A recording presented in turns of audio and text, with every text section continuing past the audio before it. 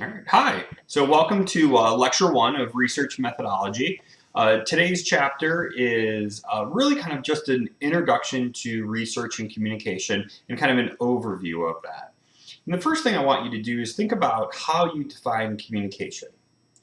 So, when we meet in class on Wednesday, I'll probably ask that question. And we're going to start just simply there on Wednesday. What is communication? Because one of the things that we want to make sure that we're constantly doing during the semester is coming back to is the research we're thinking of truly within the realm, the field of communication studies itself. Sometimes research that can be just outside of it, right? So, for example, psychology research, is all psychology research communication research? Probably not, but is a lot of it? Probably. So let's just kind of think about what that could look like and feel like, and make sure that we understand the difference between communication studies research and research within other fields. When we think about research, then, research itself is just the process of asking questions and finding answers. It really is that simple.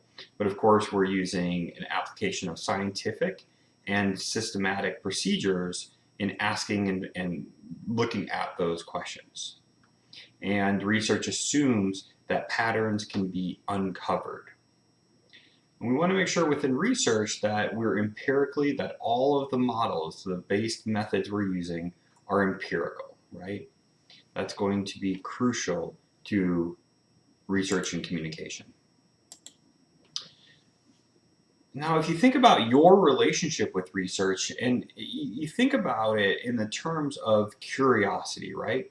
When you were younger, you were probably a naive scientist in many, many ways, right? You wondered why the sky was blue or what made waves, and you maybe even came up with naive scientist explanations for them, right?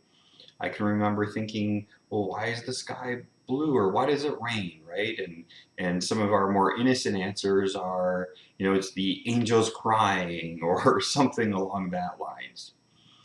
When you think about your relationship with research, and it's really important that you really think about it because our goal for the next semester is to really make sure that you're comfortable with your relationship with research.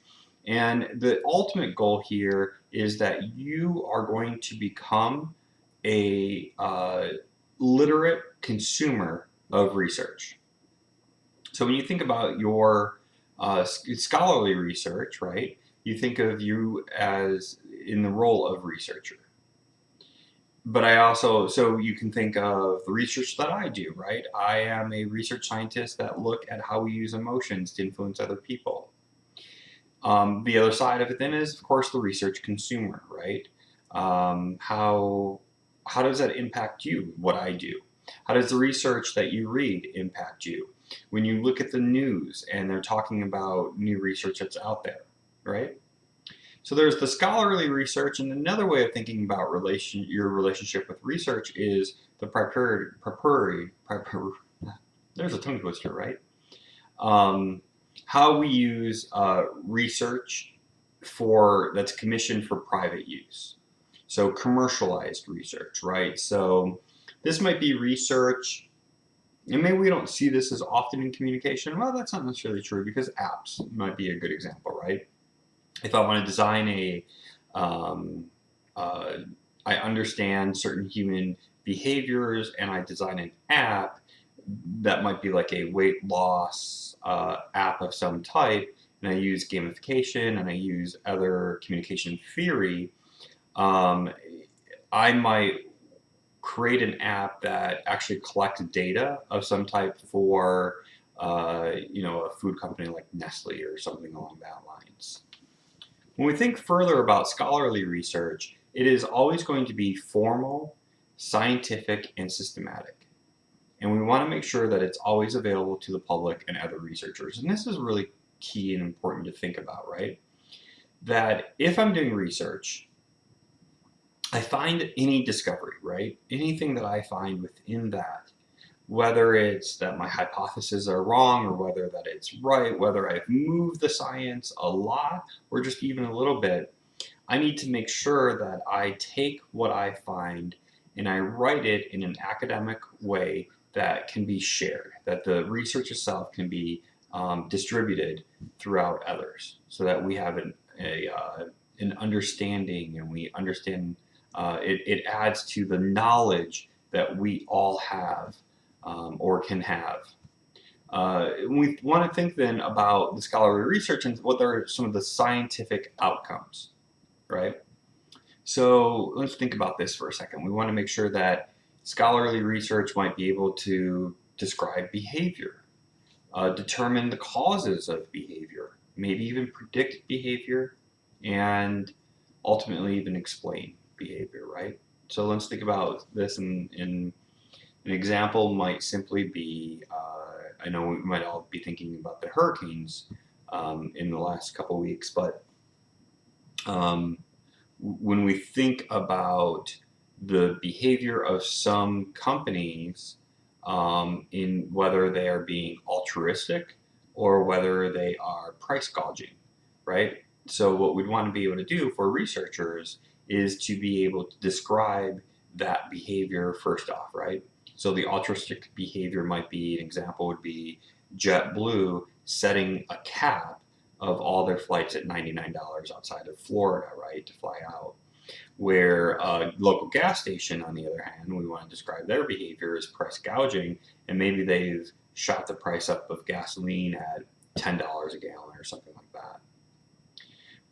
Within scientific outcomes, we want to determine the causes of those behaviors, right? Well, in those examples, it's pretty clear whether it's going to be supportive of the community or taking advantage of it. Can we predict the behavior? Well, and here's a good example, right? We know that when events like this, like the hurricanes happen in the United States, people either come together or take advantage of it. Now, the question that would be fascinating within that area of communication research would be, what are the particulars and the factors of the individuals that would go one or other ways, right? Or could an altruistic person create more altruistic behavior within that community if they're modeling it? When we think about research, we want to think about theory, because the ultimate goal of research really is to develop and expand our idea of theory. And theory is, as you probably remember from communication theory, is just a set of concepts or definitions or propositions that present a systematic view of the phenomena that's being looked at. And so that might attempt to explain, and it might attempt to predict that phenomena. Research should be theoretically driven or aid in the creation of theory. So research for just research's sake without theory kind of misses the boat within communication research. We want there to be a framework that the theory creates, or maybe there's no theory that can explain it, and so the ultimate goal is to help form then a theory that helps explain a certain phenomena. There's about 12 different characteristics of science that we want to just briefly mention what they are. As the semester unfolds, we'll be going into each of these in a lot more detail, and we'll have a lot more conversation on it. But I want to keep today's lecture as brief as possible. So the 12 characteristics of science that I want you to be aware of, one is that it has to be based on evidence, right? We can't just simply make something up. It has to be based on evidence. There has to be some kind of a background that when we're looking at it, that it has to be a credible background, right?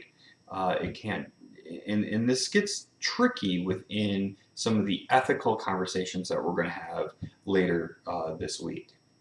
The second one is that it has to be testable. So if you're observing something, I should be able to take a look at what you observed and pretty much be able to copy exactly what you did, right? I should be able to say, okay, well, you are examining this phenomena and maybe an ethnographic study. Using your guidelines that you created in the theory, if I go into the same area, while I might observe a little bit of a different thing, I should be able to observe a large amount of the same type of thing that you did. And so there should be a testability to it. That research and science should explore all the possibilities. You might remember from my introduction first day of class where I had hypothesized that people that are very successful in sales are going to be perceived then as more persuasive. Well, when I found out, right, that people actually that are very successful at sales and also are very good at understanding the emotions of others, that I needed to be open to explain why people who are influenced to buy from people like that are actually perceived not to be persuasiveness. So it's not that they're not persuasive, it's just simply that people don't actually cognitively recognize that they are, right? Number four is that the study should be not only testable, but replicable. You should be able to repeat it, right? Number five is that you're creating a public record of this knowledge. And the public record is extremely important, again, to broaden our knowledge. Another characteristic of science is that it's self-correcting. And in a philosophy of science course that I took in grad school, this can also be we could think of this as a pendulum. That perhaps we used to think of science this way and then it corrects itself and now we look at it this way. A good example here of self-correcting in research and science is our understanding of the value of the egg, right? How nutritious is the egg? In the 1980s, researchers thought, oh no, this cholesterol is really bad for you, and eggs have all kinds of cholesterol in them, right? Well, it took more studies to discover that this cholesterol thing is both good and bad. And originally, we were just grouping all cholesterol in as bad. And so through self-correcting now and adding to the public record, we understand how that eggs are actually probably beneficial to us. That within science, there has to be a measurement and an observation, right? So we are saying that we're going to take a look, we're going to watch some kind of phenomena. Now, how we watch it, there's many ways to watch it, right? But if we think about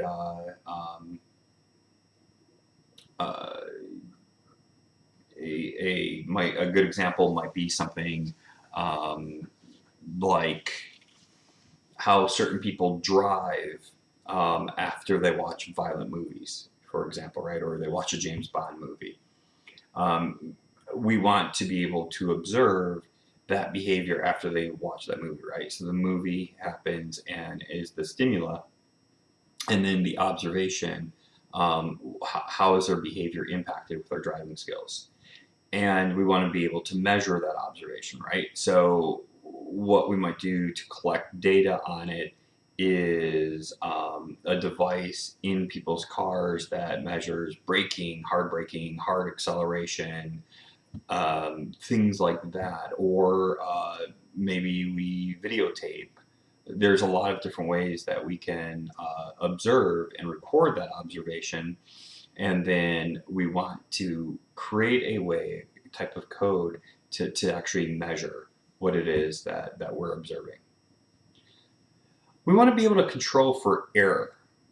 So if we think about communication can be such a really, there are many things that can confound and create error within communication research. So an example might be like maybe we're doing a priming study, right? Where we want you to think about something in a certain way. And so we might frame something. So it might be a news journal article, and we frame it so that you view it in a more conservative fashion, right? So we might use specific words. Well, one of the things we need to do in that study then is to make sure that the priming effect is real, that it worked, and we need to control then as much of other outside possibilities and confoundings that could happen with it. Uh, Another thing that's really important to think about in science is objectivity, right? So this is where, if we're talking about objectivity, we probably should talk about bias as well. Humans, just simply by an investment of the time that I'm looking at, that I believe a phenomena exists and that I believe I see a pattern in that phenomena, just simply by thinking about it and investing time in it, I might create a bias, right? And we have to be really aware of that in science. And we want to be very honest with that bias so that it can lead more towards that overall goal of being completely objective within science. And what that objective in science means is that, look, I can admit when I was wrong. If I thought that something was going to happen, I have to be open, of course, to that my hypothesis might be very wrong. And that's really very important. Besides being objective, then, we need to have a healthy level of skepticism. And skepticism, and I say a healthy level because if I'm reading a study and I'm a consumer of this study, I have to I shouldn't just completely accept the results, right? I shouldn't just say, well, all eggs are bad for you, right? They have this high level of cholesterol. It's true, they have a high level of cholesterol. But if I just simply accepted that as fact, then I would assume that all eggs are bad. But through skepticism, I can say, well, wait a minute. You call this thing cholesterol, but what is that, right? By being skeptical, we can further explore and define and challenge what we're thinking about. Another characteristic of science, and this is a concept that we'll talk a lot about, is generalizability. So generalizability is if I have a bunch of college students come to my lab and I use them as participants and I study them, whatever the results of that study, I have to be really careful in thinking about what the results actually truly represent. Do they represent the population as a whole? Is this a phenomenon that can be explained over and over again, regardless of the population? Or is it limited to just that population of undergraduate students, right? And even undergraduate students might not be a national phenomenon because, for example, are students at the University of Michigan Flint the same as the students at the University of Michigan Ann Arbor, right? There may be differences there that we have to look at. So in our generalizable discussion, our goal is that this phenomena can explain everything, but we have to make sure that what that everything is that population, that size, we're controlling for and we really understand it. And finally, whether or not, another and final characteristic of science that we'll be talking about are heuristics. All right, let's move forward now to talking about communication as a social science. When we think about social science looks for patterns of communication behavior. And this must be empirical. And we have to verify these behaviors and patterns through observations or experiences. In communication, it focuses typically on the messages, the effects of the messages, and the meaning of the messages. And in social science, we have kind of two ways that we can measure and observe. One is quantitative methods, where this relies on numerical measurements. So we take a look at our observation and we measure it to numbers, right? So a scale item is an example. Survey research may be more quantitative. For qualitative methods, then, the researcher themselves is the primary observer. So this might be through an ethnographic study, right? Where a researcher goes into a community and makes observation and notes and writes those up. And they might do it where they look for particular patterns and themes that may emerge from the conversation.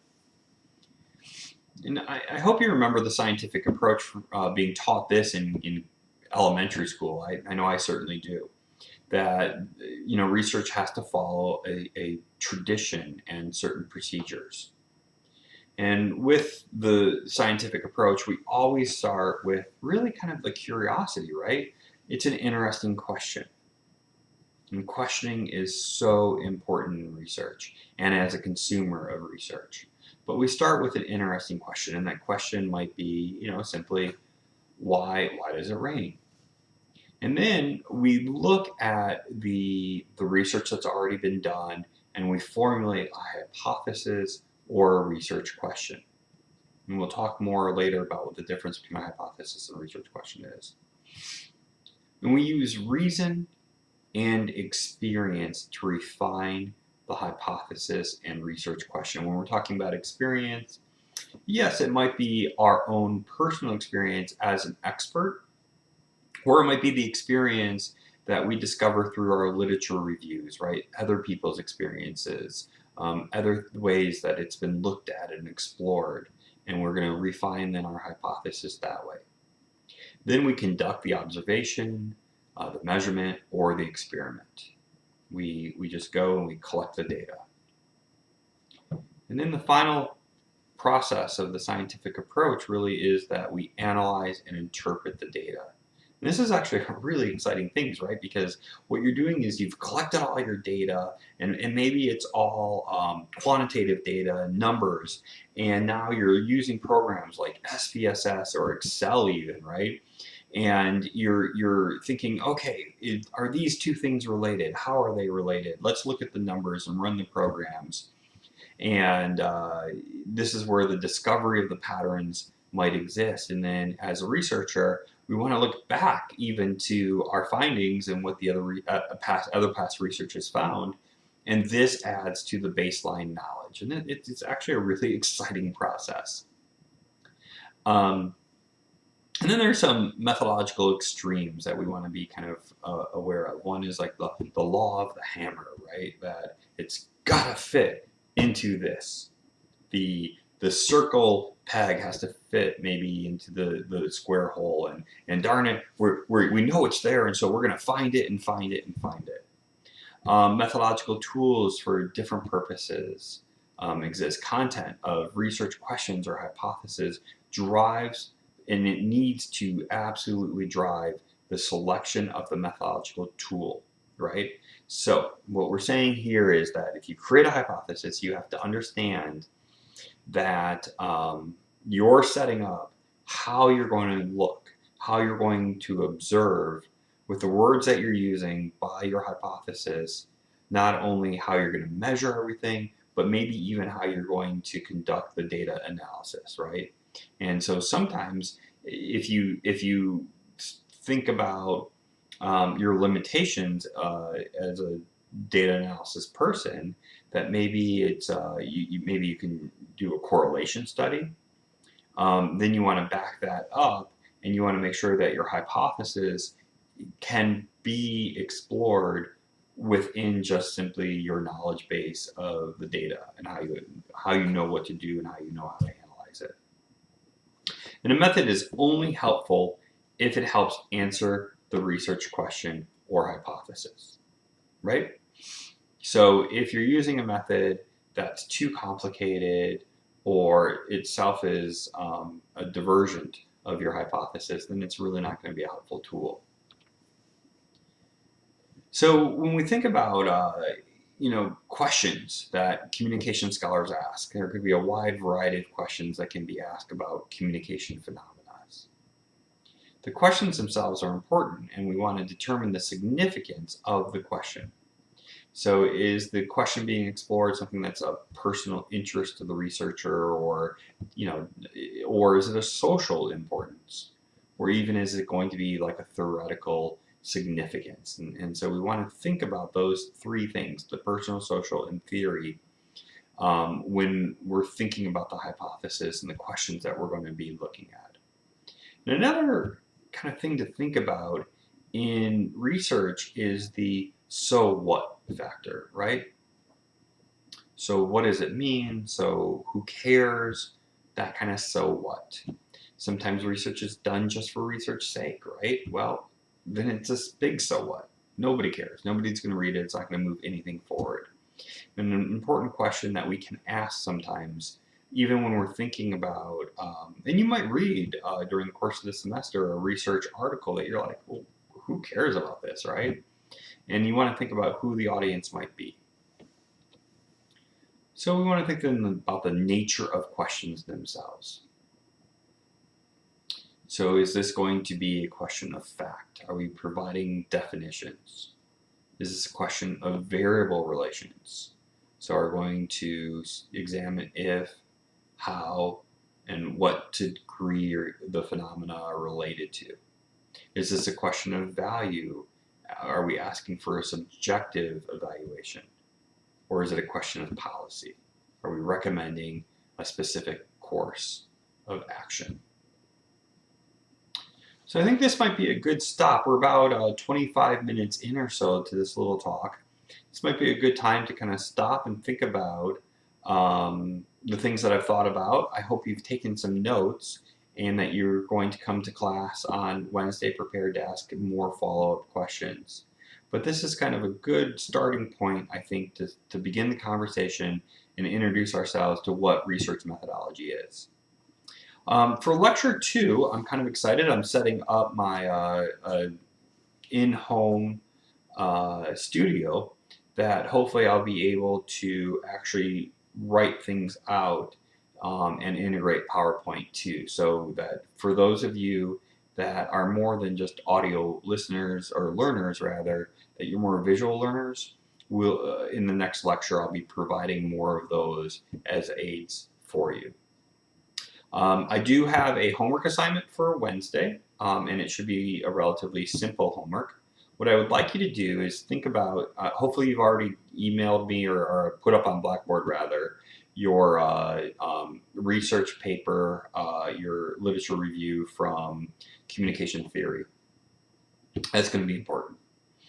But what I would like you to do is, you can do this from home, is go on to the library homepage, and I want you to be able to print out for me and bring it to class a research article. And the perimeter that's going to be important for is that it's a peer-reviewed journal article, right?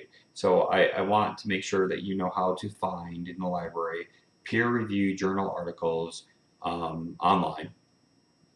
Something that you're going to be interested in. So for example, you may be interested in communication facial expressions, right? I want you to go onto the library page, type in facial expressions, and maybe a specific emotion that you're interested in, like joy or something like that, right?